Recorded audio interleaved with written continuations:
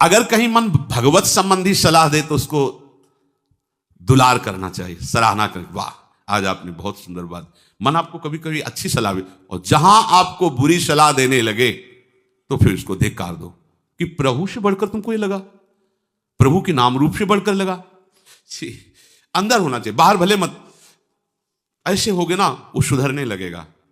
बस ये अच्छे से ध्यान रखो, जब ये गलत प्रेरणा करे तो या तो एकदम उदासीन और या फिर इसको डांट लगा दो, प्रभु की तरफ चलना है, क्या गंदी बात अंदर।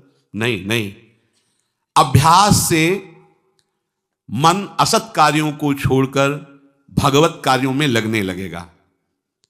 धीरे धीरे जब इसको स्वाद मिलेगा तो पूरा का पूरा ये आपके अधीन होने लगेगा। ऐसा नहीं है कि मन वश में नहीं, मन वश में की वश की बात, मन की ताकत नहीं होती कि विषयों में चला जाए। आप करके तो देखो भजन, नहीं ऐसा होता तो पूरा जीवन बर्बाद हो जाए। फिर वो मन ही वश में नहीं होता फिर क्या, नहीं ऐसा नहीं। पूरे जीवन को पढ़ा है। साधु की सबसे बड़ी पढ़ाई मन की होती है, वो मन को पढ़ता है। पूरे जीवन मन को पढ़ा है, उसने देखा है मन अब क्या परिवर्तन, अब क्या परिवर्तन, अब क्या स्थिति, अब क्या स्थिति। सच्ची मानिए एक दिन मन मनमोहन बनकर के अनुभव करा देता है। कहीं और अनुभव नहीं होता, इसी में अनुभव होता है। निहाल कर देता है, धन्य धन्य कर देता है। बस इसके असत वासनाओं, असत चेष्टाओं, असत स्फुरणाओं का आप साथ न दें तो ये आपसे अलग हो नहीं सकता, ये भगवदानंद में डुबो देगा। इसे अधिक से अधिक भगवत चर्चा सुनाओ, इसे अधिक से अधिक प्रभु की छवि के दर्शन कराओ। देखो भरो, मन में भरो, खूब भगवत चर्चा करो। प्रभु की श्री विग्रह, आप जिस कमरे में शयन करते हो उस कमरे में कहीं भी कोई सांसारिकता नहीं होनी चाहिए। परिवार की फोटो या किसी अन्य आकर्षणकारी वैभवशाली की फोटो, ऐसा नहीं। या कोई अपने आराध्य देव गुरुदेव संत भगवान, एक से एक भगवत प्रेमी महात्मा, उनकी संतों की छवि, प्रियालाल की छवि, जिधर दृष्टि जाए भगवत स्मृति में लगा दे। उठते बैठते अपना तो कमरा अंदर से ऐसा ही होना चाहिए।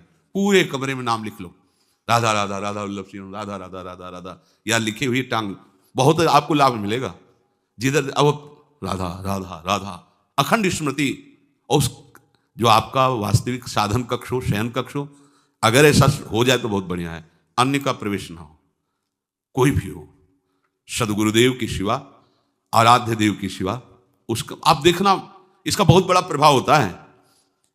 कई बार इस बात का अनुभव हुआ कि जैसे बाहर मन विक्षिप्त हो गया किसी बात से, किसी उपासक से, और जे भी एकदम जैसे एकदम बदल गए व्यक्ति, और भजन बड़ी तीव्रता से होने, क्योंकि वहां परमाणु भजन के वो भागवती कक्ष होता है। इसके लिए भाई जी ने भी सावधान किया। अगर ऐसा हो जाए तो मान लो असुविधा है तो कोई बात नहीं। अगर ऐसा हो जाए कि भगवत मार्ग के पथिक का जो वास स्थल है, जहां वो शयन करता है, बैठता है, उसमें संसारिक पुरुषों का प्रवेश ना हो। इसलिए हो सकता शब्द लगाएगा, एक ही परिवार में रहते हो, आप ऐसा झगड़ा करोगे कि हमारे कमरे में ना जाए कोई रिश्ते नातेदार या अन्य परिवार के सदस्य, कठिन हो जाएगा। अगर हो सकता हो तो भगवत प्रेमी महात्मा के शिवा, भगवत भजन करने वाले के शिवा प्रवेश न हो, तो आप देखो कि उस कमरे में ऐसी परमाणु आ जाएगी कि आपका मन वहां प्रवेश करते ही भजन में लगने लगेगा। बड़ी शांति का अनुभव होगा। इसे खूब भगवत चर्चा सुनाओ, भगवत चर्चा करो और भगवत श्री विग्रह के दर्शन कराओ।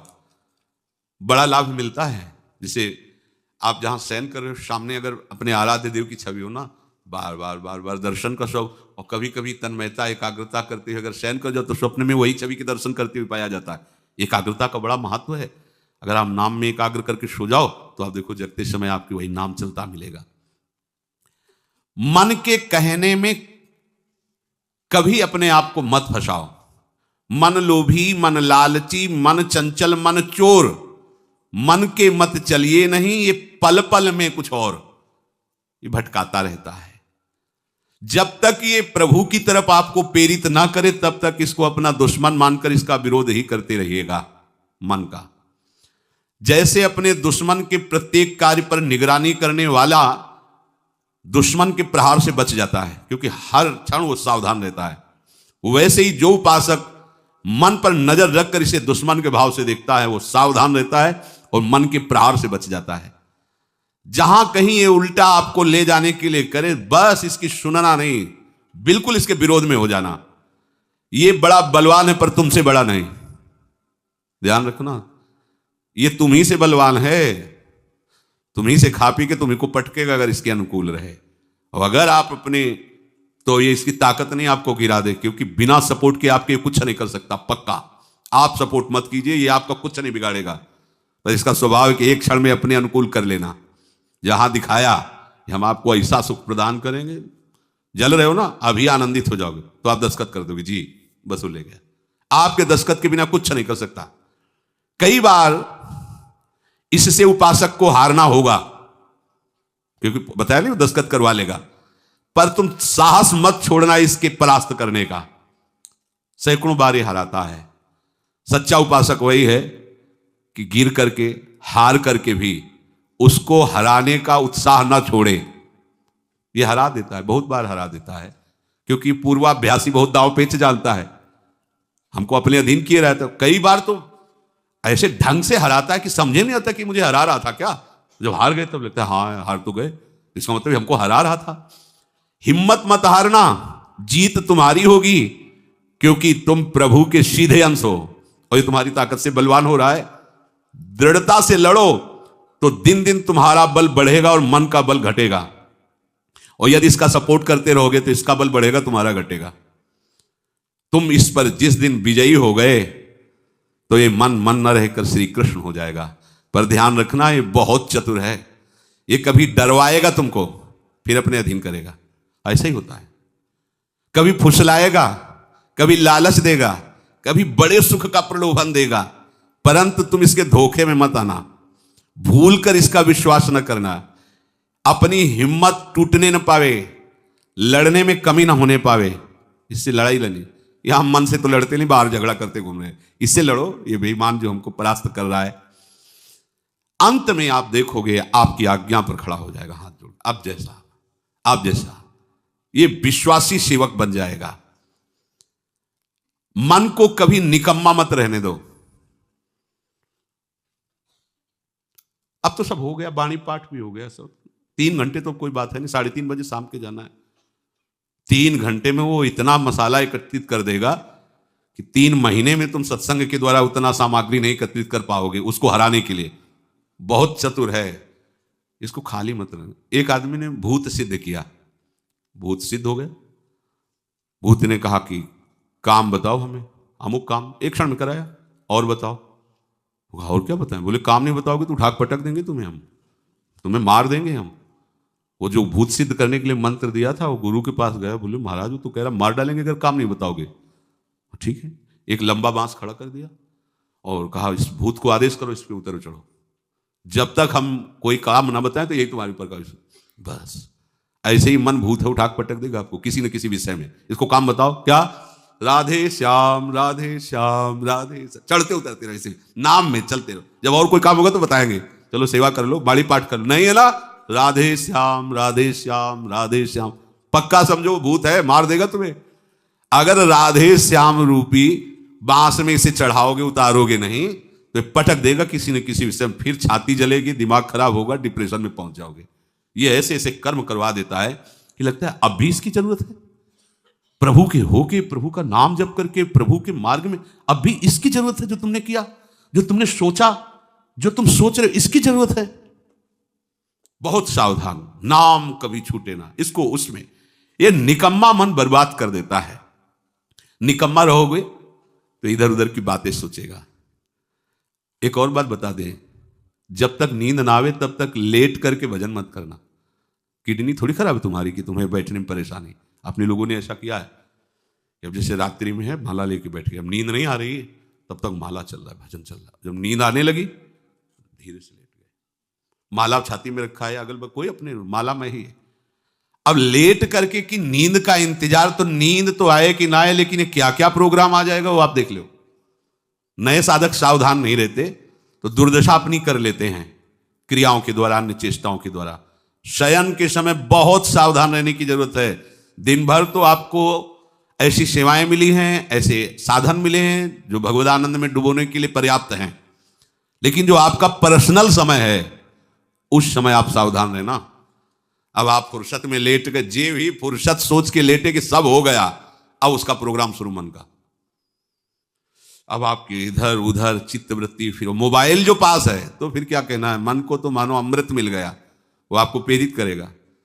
जहां आपने कोई गेम ये वो नौटंकी नाटक की, जहां बस उसको मसाला मिल गया, वो आप काफी है, वो आपको ऐसी जगह पहुंचा देगा कि सुबह दिनचर्या में हाजिर नहीं हो पाओगे। कहाँ है वो? बोले अभी तो आया ही नहीं वो। क्यों? मन ने उसको परास्त कर दिया, इसलिए नहीं आया। बहुत सावधान। ये निकम्मा रहेगा तो बुरी बुरी बातें सोचेगा। खास बात है, दिन भर सावधान रह सकते हो माना, लेकिन शयन के समय जब आप अपनी सैया पे गए, अब होश ठिकाने रखो, बिल्कुल सावधान। यहां थोड़ी तुम्हें सावधान रहने की जरूरत है, अभी तो सावधान आई हो, नहीं तो अभी खड़े हो, तुम्हारे पितर तक तृप्त हो जाएंगे अभी है। लेकिन कमरे में सिटकिनी बंद, अब शयन के लिए गए, अब होश में, यही होश खो जाते हैं। ध्यान रखना, मन आपसे ऐसी चेष्टाएं कराएगा, क्रियाएं कराएगा, ऐसा दर्शन कराएगा, ऐसा सोचवाएगा, पूरे दिन की साधना को मटिया पलेट कर देगा, पोछा लगा देगा। हमारी प्रार्थना मान लेना, जब तक नींद ना आवे तब तक सोने के लिए आप लेटना नहीं। यदि जवान साधक हो, माला हाथ में, ऐसे दोनों हाथ कब्जे में है, जवान से नाम या मंत्र अंदर। अब थक गए, सो गए तो ऐसे सो जाओ, आपकी शैया परम पवित्र है। और अगर घंटा 2 घंटा इंतजार नींद का, तो पक्का वो भ्रष्ट करा के रखेगा, पक्का। हमारी बात लिख लो, सावधान। शयन के समय हर उपासक सावधान। उस समय विशेष आवश्यकता आपको भजन की है, क्योंकि वो एकांत है और आपके ऊपर उस समय मन को हावी होने का अवसर मिल गया। इसलिए सावधान। सत्संग को सुना जाए, मनन किया जाए और आचरण में उतारा जाए, और इस भूत को हर समय नाम रूपी बांस पे चढ़ाते उतारे। राधे श्याम। राधा वल्लभ श्री हरिवंश, राधा वल्लभ श्री हरिवंश। महाराज जी कहते हैं कि मन कई बार अच्छी सलाह देता है और कई बार बुरी सलाह देता है, लेकिन हमें अच्छी सलाह को स्वीकारना चाहिए और बुरी सलाह को धिक्कार देना चाहिए। उसी समय जब बुरी सलाह आए या बुरे विचार, नकारात्मक विचार आए, तो वहीं पर उन विचारों को त्याग देना चाहिए। इससे होगा ये कि हमारी दृढ़ शक्ति बढ़ेगी मन के विचारों पर नियंत्रण करने की। और मन के विषय में कहते हैं कि मन लोभी है और ये हमेशा एक लोभी की तरह व्यवहार करता है। ये पल पल हर जगह हर वस्तु को चाहता है। ये एक जगह कभी स्थिर ही नहीं रह पाता, ना ये रहना चाहता है। अगर मन स्थिर रह गया या फिर हो गया तो भगवत प्राप्ति में अधिक देर नहीं लगेगी, लेकिन ये मन हमेशा इधर उधर घूमता रहता है। मन के 10 हिस्से होते हैं। इन 10 हिस्सों में केवल हमारा एक हिस्सा ही हमारे साथ होता है और यही हमारे सभी कार्यों में हमारा साथ देता है, जबकि जो 9 हिस्से हैं वो मन के अलग अलग कामों में उसका साथ देते हैं। जो हम करना चाहते हैं उनमें 9 हिस्सों का कोई योगदान नहीं होता है। इसी वजह से हमारा मन हमेशा परेशान रहता है। वो इधर जाता है तो कहीं उधर जाता है, वो अपनी ही परिकल्पनाओं में घूमता रहता है। तो वो जो 9 हिस्सा है उससे काबू में करने के लिए हमें दृढ़ संकल्प करना चाहिए। अभ्यास और वैराग्य, राग द्वेष, इन सब को छोड़ देना चाहिए। आसक्ति नहीं होनी चाहिए, तभी मन काबू में हो सकता है, अन्यथा बहुत मुश्किल है इसे काबू में करना। इससे संबंधित मैं आपको एक कहानी सुनाता हूँ। ईश्वर तू ही अन्नदाता है। किसी राज्य में एक प्रतापी राजा हुआ करता था और वहाँ उस राज्य में वो राज करता था। राजा जो सुबह रोज उठकर पूजा पाठ करता और गरीबों को दान देता। अपने इस उदार व्यवहार और दया की भावना की वजह से राजा पूरी जनता में बहुत लोकप्रिय हो गया था। रोज सुबह दरबार खुलते ही राजा के यहाँ गरीब और भिखारियों की लंबी लाइन लग जाती थी। राजा हर इंसान को संतुष्ट करके भेजते थे। किसान और गोपाल नामक के 2 किसान गरीब किशन और गोपाल नामक 2 गरीब भिखारी रोज राजा के यहाँ दान लेने आते। किशन और गोपाल, राजा जब किशन को दान देता तो किशन राजा की बहुत वाहवाही करता और राजा को दुआ देता। वही राजा गोपाल को दान देता तो वह हर बार एक ही बात बोलता, हे ईश्वर, तू बड़ा दयालु है, तूने मुझे इतना सब कुछ दिया। राजा को उसकी बात थोड़ी बुरी लगी। राजा सोचता कि दान तो मैंने दिया और ये गुणगान तो उस ईश्वर का कर रहा है। एक दिन राजकुमारी का जन्मदिन था। उस दिन राजा ने दिल खोलकर दान दिया। जब किशन और गोपाल का नंबर आया तो राजा ने सबसे पहले किशन को दान दिया और किशन राजा के गुणगान करने लगा। लेकिन राजा ने जैसे ही गोपाल को दान दिया वो हाथ ऊपर करके बोला, हे ईश्वर, तू ही अन्नदाता है। आज तूने मुझे इतना दिया, इसके लिए प्रभु मुझे धन्यवाद देता हूँ। राजा को यह सुनकर बड़ा गुस्सा आया। उसने कहा कि गोपाल, मैं रोज तुझे दान देता हूँ, फिर तू मेरे बजाय ईश्वर का गुणगान क्यों करता है? गोपाल बोला, राजन, देने वाला तो ऊपर बैठा है, वही सबका अन्नदाता है, आपका भी और मेरा भी। यह कहकर गोपाल वहाँ से चला गया। अब राजा ने गोपाल को सबक सिखाने की सोची। अगले दिन जब किशन और गोपाल का नंबर आया तो राजा ने किशन को दान दिया और कहा, किशन, मुझे गोपाल से कुछ बात करनी है, इसलिए तुम जाओ और गोपाल को यहीं छोड़ जाओ। और हाँ, आज तुम अपने पुराने रास्ते से मत जाना। आज तुमको राजमहल के किनारे से जाना है, यहाँ से जहाँ से सिर्फ मैं गुजरता हूँ। किशन खुशी खुशी दान लेकर चला गया। राजमहल के किनारे का रास्ता बड़ा ही शानदार और खुशबूदार भरा था। संयोग से राजा ने उस रास्ते में एक चांदी के सिक्के से भरा घड़ा रखवा दिया था। लेकिन किशन आज अपनी मस्ती में मस्त था। वो सोच रहा था कि राजा की मुझ पर बड़ी कृपा हुई और जो मुझको अपने राजमहल के रास्ते से गुजारा।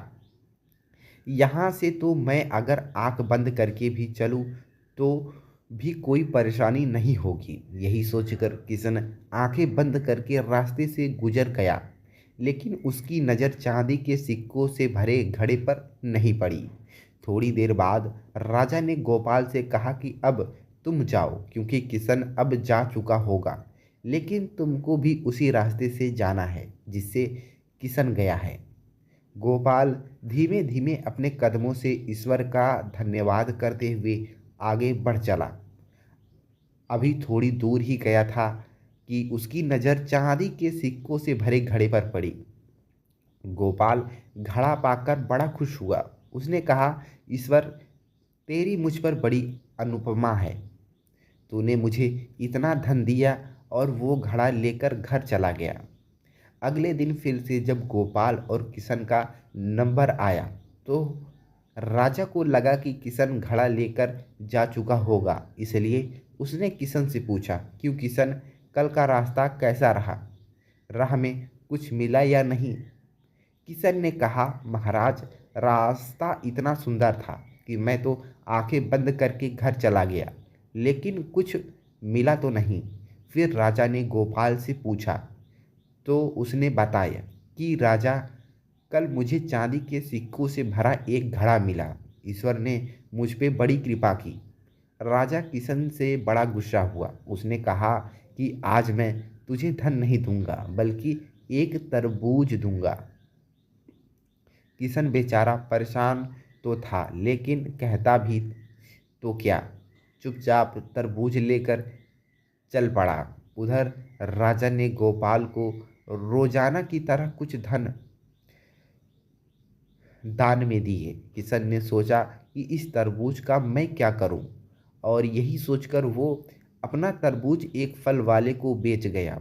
अब जब गोपाल रास्ते से गुजरा, उसने सोचा कि घर कुछ खाने को तो है नहीं, क्यों ना बच्चों के लिए एक तरबूज ले लिया जाए। तो गोपाल फल बेचने वाले के यहाँ से एक तरबूज खरीद लिया, जिसे राजा जिसे किशन ने बेचा था। अब जैसे ही घर आकर गोपाल ने उस तरबूज को काटा तो वह देखकर हैरान हो गया। उसने देखा उसके अंदर सोने के सिक्के भरे हुए थे। गोपाल ये देखकर बड़ा प्रसन्न हुआ और ईश्वर का धन्यवाद देते हुए बोला, हे ईश्वर, आज तूने मेरे गरीबी दूर कर दी है। तू बड़ा दयालु है, सबका अन्नदाता है। अगले दिन जब राजा दान दे रहा था तो उसने देखा कि केवल अकेला किशन ही आया है, गोपाल नहीं आया। उसने किशन से पूछा तो किशन ने बताया कि कल भगवान की कृपा से गोपाल को एक तरबूज मिला जिसके अंदर सोने के सिक्के भरे हुए थे। वह गोपाल तो अब संपन्न इंसान हो चुका है। किशन की बात सुनकर राजा ने भी अपने हाथ पास आसमान की ओर उठाए और बोला, हे ईश्वर, वाकई तू ही अन्नदाता है। मैं तो मात्र एक जरिया हूँ, तू ही सबका पालनहार है। राजा को अब सारी बात समझ आ चुकी थी तो उसने भी अपने अहंकार को छोड़कर ईश्वर की सेवा और उनके विधि के विधान पर अपना विश्वास अडिग कर लिया कि जो होगा वो ईश्वर की मर्जी से होगा। धन्यवाद।